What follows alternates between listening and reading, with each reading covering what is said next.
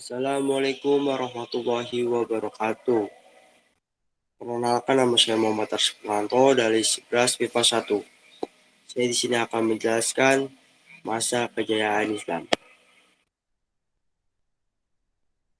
Periodisasi sejarah Islam dibagi menjadi 3. Periode klasik, periode pertengahan, dan periode modern. Periode klasik.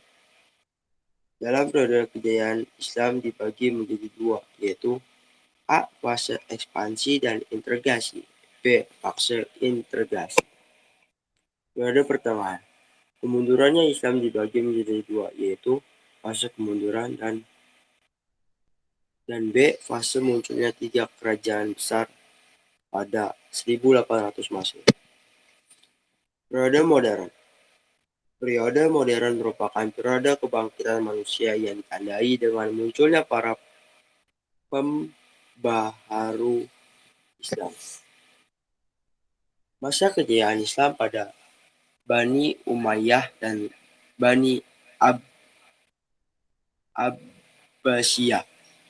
Kemajuan umat Islam pada masa Bani Umayyah dan Bani Abbasiyah yang terjadi secara tiba-tiba, akan tetapi disebabkan oleh faktor internal dan eksternal. Faktor internal antara lain: 1. Konsistensi dan istiqomah umat Islam pada ajaran Islam. 2. Ajaran Islam yang mendorong umat untuk maju. 3. Islam sebagai rahmat seluruh alam. 4. Islam sebagai agama dakwah sekaligus keseimbangan dalam mengapa kehidupan duniawi dan ukhuwari. Faktor eksternal antara lain: 1. Terjadinya asimilasi antara bangsa Arab dan bangsa lainnya yang lebih mengalami perkembangan dalam ilmu pengetahuan. Pengaruh Persia pada saat itu sangat penting. Persia banyak bekerja sama dalam bidang pemerintahan. Perkembangan ilmu filsafat dan sastra. Adapun pengaruh Yunani masuk melalui berbagai macam terjemah dalam banyak bidang ilmu, terutama filsafat. 2. Gerakan terjemahan pada masa periode klasik. Usaha penerjemahan kitab asing dilakukan dengan giat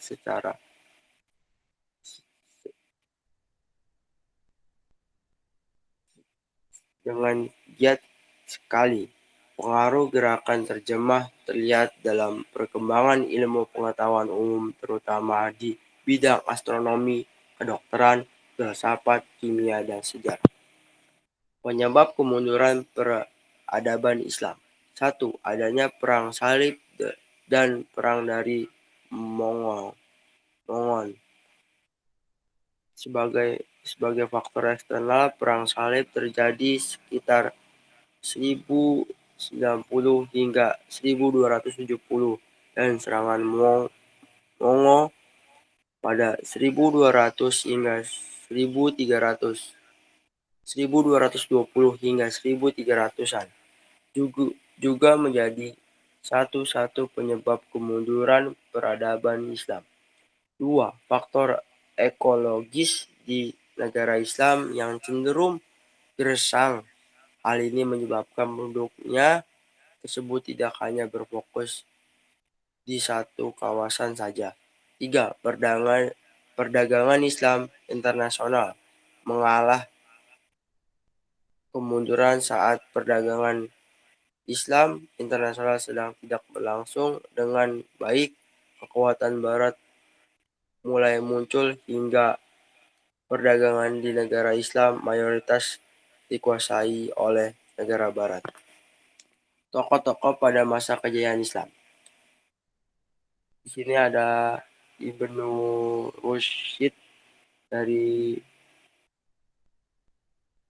dan Al-Ghazali, Al-Qidin, Abu Nas Muhammad Ibnu Takan Ibnu Uzlaq al Al-Farabi, Ibnu Sina.